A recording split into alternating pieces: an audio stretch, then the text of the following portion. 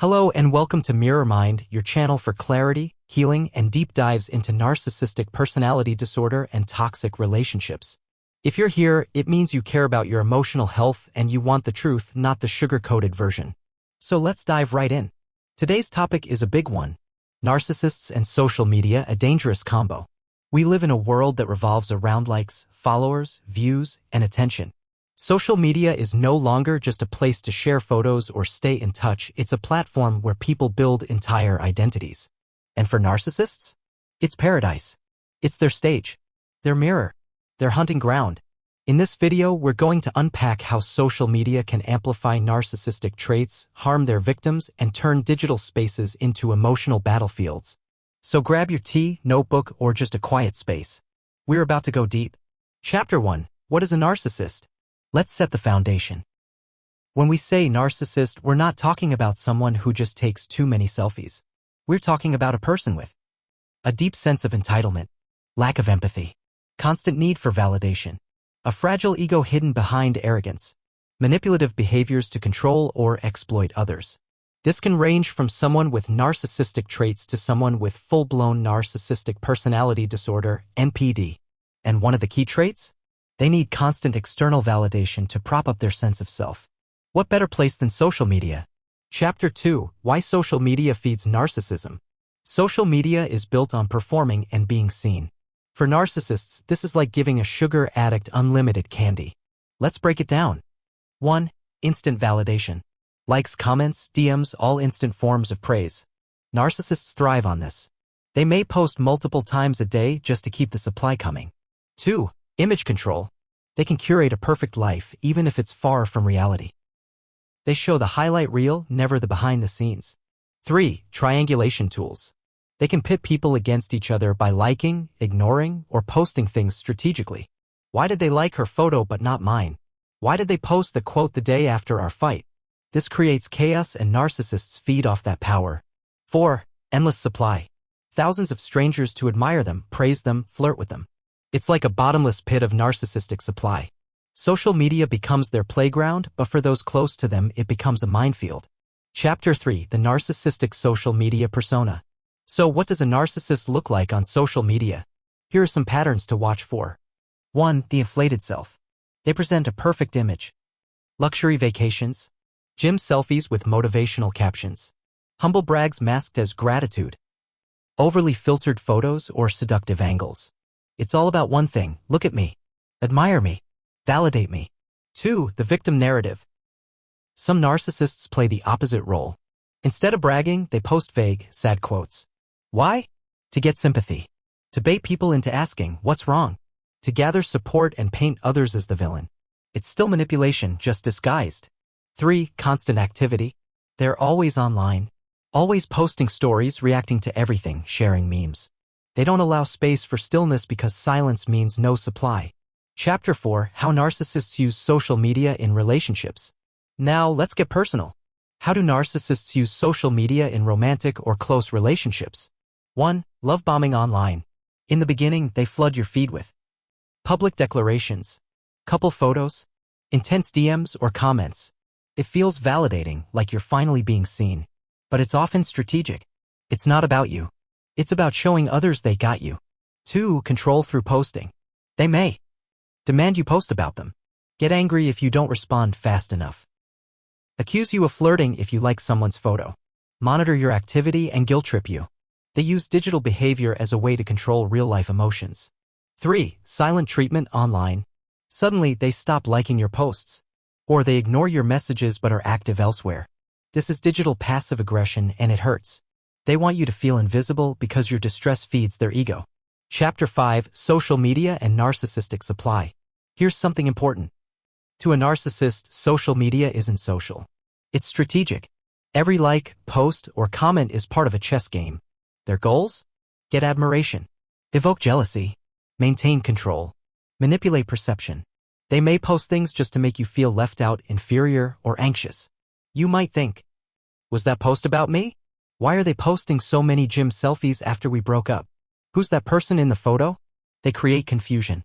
And that confusion becomes your obsession. Chapter 6. After the breakup, digital hoovering. Let's talk about hoovering when a narcissist tries to suck you back in after the relationship ends. Social media is the ultimate hoovering tool. They may post old photos of you two to get your attention. Suddenly like your post after months of silence. Post something cryptic like, "You never appreciate what you have until it's gone." Show off a new partner fast. This is all meant to pull you back into their web. And even if you don't respond, they still win because they know you're watching. Chapter 7. Flying Monkeys and Online Smear Campaigns. In narcissistic abuse, a concept called flying monkeys refers to people the narcissist uses to do their bidding, usually to attack, guilt, or manipulate the target. Social media makes this easy. They may post about you indirectly, getting others to guess who it's about. Message your friends to tell their side. Spread lies in group chats or comment sections. Encourage mutuals to pressure you into forgiving them. Suddenly, it's not just the narcissist hurting you, it's their whole digital army. Chapter 8. The Psychological Toll on Victims. If you've been entangled with a narcissist on social media, you know the emotional whiplash it causes. It can lead to obsessive checking of their profile, comparing yourself to their curated life, feeling worthless when they move on instantly, anxiety every time they post, fear being smeared or stalked. Even after the relationship ends, their digital presence keeps hurting you. And unless you block them completely, they still hold emotional power. That's not just unhealthy. It's dangerous. Chapter 9. How to Protect Yourself Online. So what can you do? Here are steps to take if you suspect you're dealing with a narcissist on social media. 1. Go no contact digitally. Unfollow. Block. Restrict if needed. Remove mutual followers who cause drama. 2. Stop checking their page. Every time you check, you reopen the wound. Remember, what they post is a performance, not truth. 3. Control your narrative. Don't engage in smear games. Don't defend yourself online. Just stay silent, graceful, and private. Narcissists hate losing the audience. 4. Take breaks from social media. Reclaim your peace. Go offline. Reconnect with real people. Heal your nervous system. Chapter 10. Final Reflections. The Mirror of Social Media. Here's the bottom line. Social media doesn't create narcissists, but it amplifies them. It gives them tools to curate, manipulate, perform, and control on a scale we've never seen before. But here's what you can do. Recognize the signs. Refuse to play the game. Reclaim your digital space. Heal, grow, and build relationships rooted in truth. You don't have to stay in their digital orbit. You deserve freedom online and off. Chapter 11. The Rise of the Covert Narcissist Online. Not all narcissists are flashy or obvious. Some are subtle, quiet, even self-deprecating. These are the covert narcissists, and social media gives them a unique playground. Instead of bragging, they post vague, emotional quotes to attract attention. Subtly humble brag by posting about how tired they are from helping others. Share deep, reflective content to seem wise or enlightened. But underneath the soft exterior is the same drive, to be admired, validated, and in control. They often portray themselves as victims of toxic people, deep empaths misunderstood by the world, martyrs for their families or communities. This garners sympathy and loyalty, which becomes their narcissistic supply. Chapter 12. Narcissists as Influencers. Social media has given rise to a new phenomenon, the narcissistic influencer. They build large followings through personal branding, curated aesthetics, oversharing personal details, sometimes trauma, but it's not always authentic. Some use manufactured vulnerability for likes. Emotional manipulation to sell products. Their audience as a mirror for their ego. Followers are not treated as people but as supply. If you disagree or question them, they may block you, publicly shame you, accuse you of being toxic. This dynamic turns social media into a cult-like space where the narcissist controls the narrative and the audience is expected to obey. Chapter 13. Spiritual Narcissists Online. One of the most confusing forms of narcissism online is spiritual narcissism. These individuals use spiritual language to mask their grandiosity, avoid accountability, bypass real emotional work. They post things like, "If you don't align with my frequency, you're toxic. I'm cutting off low-vibe people." On the surface, it sounds empowering, but often it's used to justify abandonment, avoid conflict resolution, dismiss feedback. Real healing is humble, slow, and relational. Spiritual narcissists exploit sacred language to elevate themselves above others. Chapter 14. Algorithmic enablers. Let's talk tech. Social media algorithms reward engagement, controversy, extremes. That means narcissistic content often gets promoted because it sparks arguments, provokes reactions, keeps people scrolling. So narcissists may be incentivized, even unconsciously, to post more polarizing content. The more outrageous, seductive, or enraging their posts, the more reach they get. And platforms benefit because attention is monetized. This creates a digital environment that favors narcissistic behavior and even encourages it.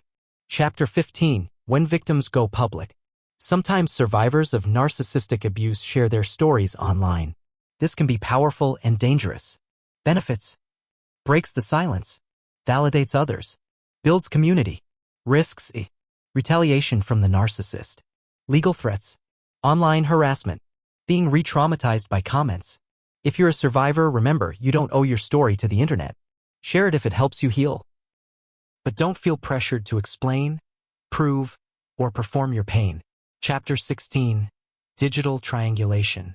Narcissists use triangulation, the act of involving a third person to create insecurity or competition, in the digital realm too. Examples. Posting with someone they know will make you jealous. Commenting on a rival's content. Ignoring your messages while being visibly active with others. The goal? To create doubt. Make you question your worth. Establish themselves as the one in control. Subtle, but it's emotional warfare. Chapter 17. The illusion of intimacy. One of the scariest things social media does is create false intimacy. You may think, they're so open. They share everything. I know them so well. But much of what you see is manufactured closeness. You may know their playlists, breakfast habits, or morning routines, but you don't know their attachment style, conflict behavior, empathy level. Don't confuse digital vulnerability with emotional safety. Chapter 18. Creating a healthy online presence. Now let's flip the script. If you're healing from narcissistic abuse or trying to avoid narcissists online, here's how to reclaim your space. Cure it consciously. Follow people who uplift, not trigger you. Mute or unfollow accounts that feed insecurity. Protect your peace. Limit how much you share. Avoid emotional dumping online. Watch for red flags. Love bombing in comments. Oversharing too soon. Sudden idealization and devaluation. Build offline life. Spend time with real people. Do things that don't need to be posted. The more rooted you are offline, the less dependent you are on digital validation.